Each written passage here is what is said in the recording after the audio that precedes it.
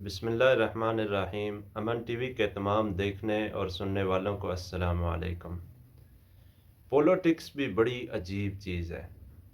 Hero کو zero بنا دیتی ہے، زیرو کو ہیرو بنا دیتی ہے۔ ایک ٹرک کھیلتے ہیں اور چور جو ہیں وہ ملک کے سربراہ بن جاتے ہیں، بادشاہ بن جاتے ہیں، اور بادشاہ جو ہیں وہ چور بن جاتے ہیں۔ ہیرو زیرو بن جاتا ہے، زیرو جو ہے وہ ہیرو بن جاتا ہے۔ یہ پولیٹکس بھی بڑی عجیب چیز ہے۔ اچھا، ایک تو ہوتی ہے اسلامی سیاست، اور ایک ہوتی ہے یہ جو آج کل دنیا کے اندر چل رہی ہے جمہوری سیاست۔ یہ جمہوری سیاست تو اتنی گندی ہے کہ جس کا کوئی حساب نہیں ہے۔ اس میں آپ دیکھتے ہیں وہی لوگ جو عدالتوں کو مطلوب ہوتے ہیں، جو حکومتوں کو مطلوب ہوتے ہیں، وہی بعد میں آ کر ملک کے سربراہ بن جاتے ہیں۔ آپ بڑے بڑے نام لے سکتے ہیں پاکستان کے اندر، آپ جانتے ہیں سب کچھ۔ تو ابھی ایک آدمی پاکستان کے اندر آیا جس کا نام ہے اسحاق ڈار۔ اسحاق ڈار پاکستان کے وزیر خزانہ بھی رہ چکے ہیں، اور یہ پاکستان میں عدالتوں کو مطلوب تھے مختلف کیسوں کے اندر، ایک دو کیسوں کے اندر نہیں، مختلف کیسوں کے اندر۔ اور جیسا کہ آپ دیکھتے ہیں کہ مطلب ایک نارمل آدمی سے ایک ارب پتی بن جانا، دبئی پلازے ادھر ادھر جائیدادیں ملکوں کے اندر، تو خوب لوٹ مار کی انہوں نے، اور پھر یہ چلے گئے باہر۔ جب عدالتوں کو مطلوب تھے، نیب نے انہیں بلایا تو یہ چلے گئے علاج کے بہانے باہر نون لیگ کی حکومت میں، اور پھر 5 سال تک نیب اور عدالتیں نے بلاتی رہیں اور یہ نہیں آئے۔ اور آج واپس نون لیگ کی حکومت آئی ہے تو یہ آدمی واپس آ گیا ہے، اور آ کر اپنے عہدے کا حلف اس نے کل اٹھایا ہے۔ جیسے ہی آیا ہے حلف اٹھایا ہے، اور آج وہ پاکستان کا وزیر خزانہ ہے۔ تو پاکستان کے اندر بھی ایک عجیب کھچڑی پکی ہوئی ہے کہ عام آدمی اگر جرم کرتا ہے، کوئی روٹی چراتا ہے، تو اس کو جیل میں ڈال دیا جاتا ہے، تھانوں میں مارا جاتا ہے، کس طرح تو نے روٹی چرائی ہے۔ لیکن ایک بڑا پولیٹیشین وہ ملک کے اربوں روپے جب چرا لیتا ہے تو اسے پوچھنے والا کوئی نہیں ہوتا، بلکہ وہ آ کر پھر سے پاکستان کا سربراہ بن جاتا ہے، یا کسی ادارے میں اس کو اچھی جاب لگ جاتی ہے۔ اسی طرح یہ اسحاق ڈار صاحب واپس آئے ہیں تو وزیر خزانہ کا حلف اٹھا لیا ہے کل انہوں نے۔ اب کیا ہوتا ہے کہ یہ حکومتیں جو ہوتی ہیں، ان کی یہ گریٹ گیمز ہوتی ہیں اصل میں ملک کے اندر۔ ان گریٹ گیمز کو چلانے والے جو ہوتے ہیں وہ بیرونی ہاتھ ہوتے ہیں۔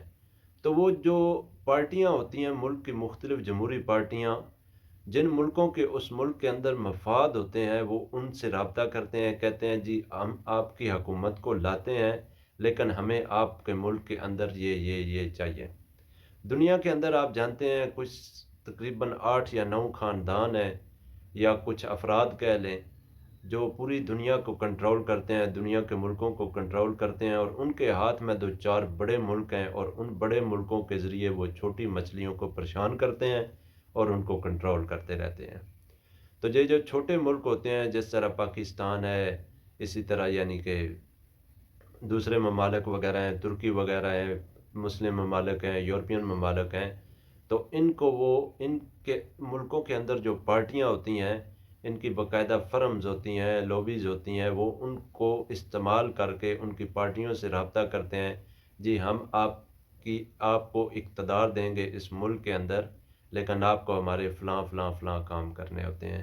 جس طرح ان کو ٹاسک دیے جاتے ہیں کہ آپ نے ملک کے اندر جو ہے مذہبی ہم آہنگی، یعنی کہ جو سارے مذاہب ہیں ان کو آزادی دینی ہے، اور آپ نے اس طرح کے کام کرنے ہیں کہ یعنی کہ ایک ہی مذہب لگے، جس طرح آج کل پوری دنیا کے اندر چلا ہوا ہے، ون ورلڈ ون ریلیجن، یا آپ کہہ لیں ابراہمک کوڈ، جو کہ قطر کے اندر انہوں نے لانچ بھی کیا ہے۔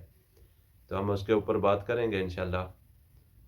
اور اسی طرح یہ جو ٹرانسجینڈر ہوتا ہے، ہم اس کے اوپر بھی بات کریں گے کہ یہ ساری چیزیں دنیا کے اندر کیوں کی جا رہی ہیں، اور یہودیوں کی جو کتاب ہے تالمود، اس کے اندر کیا لکھا ہوا ہے کہ یعنی کہ وہ دنیا کی آبادی جو ہے وہ 1 بلین تک، 1 ارب تک کیوں لانا چاہتے ہیں، اور کس طرح وہ کہتے ہیں ہمارے جو 12 ٹرائب ہیں، 12 قبیلے ہیں، یہ دنیا کی 1 ارب آبادی کو آسانی سے کنٹرول۔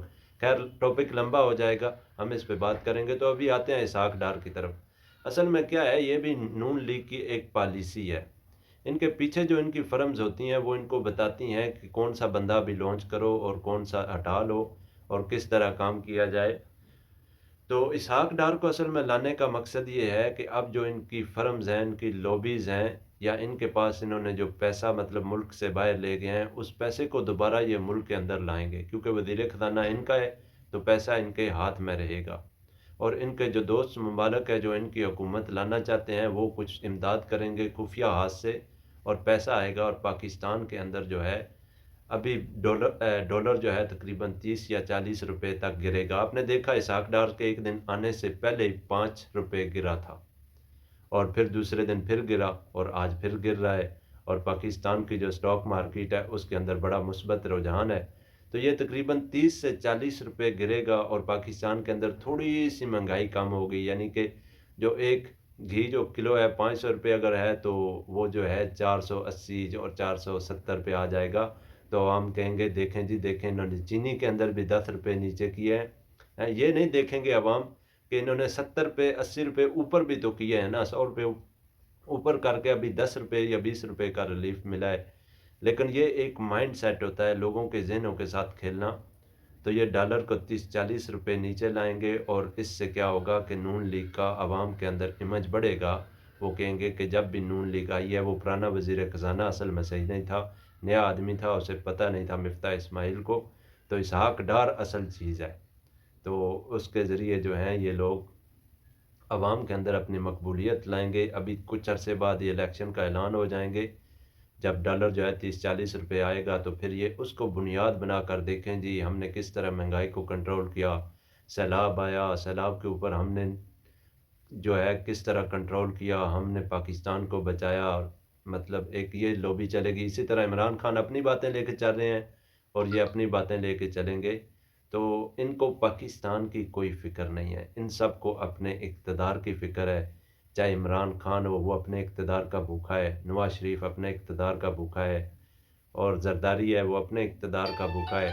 یہ سارے جو ہیں اپنے اپنے اقتدار کے بھوکے ہیں، تو یہ اپنے اپنے اقتدار کے لیے لڑ رہے ہیں۔ تو اس لیے ایز اے مسلمان ہمیں چاہیے کہ ہم اس بات کی آواز اٹھائیں کہ پاکستان کے اندر اسلامک نظام ہو، اور ہم اس جمہوری سسٹم سے جان چھڑائیں۔ اللہ تعالیٰ آپ کا، میرا اور پورے پاکستان کا حامی و ناصر ہو۔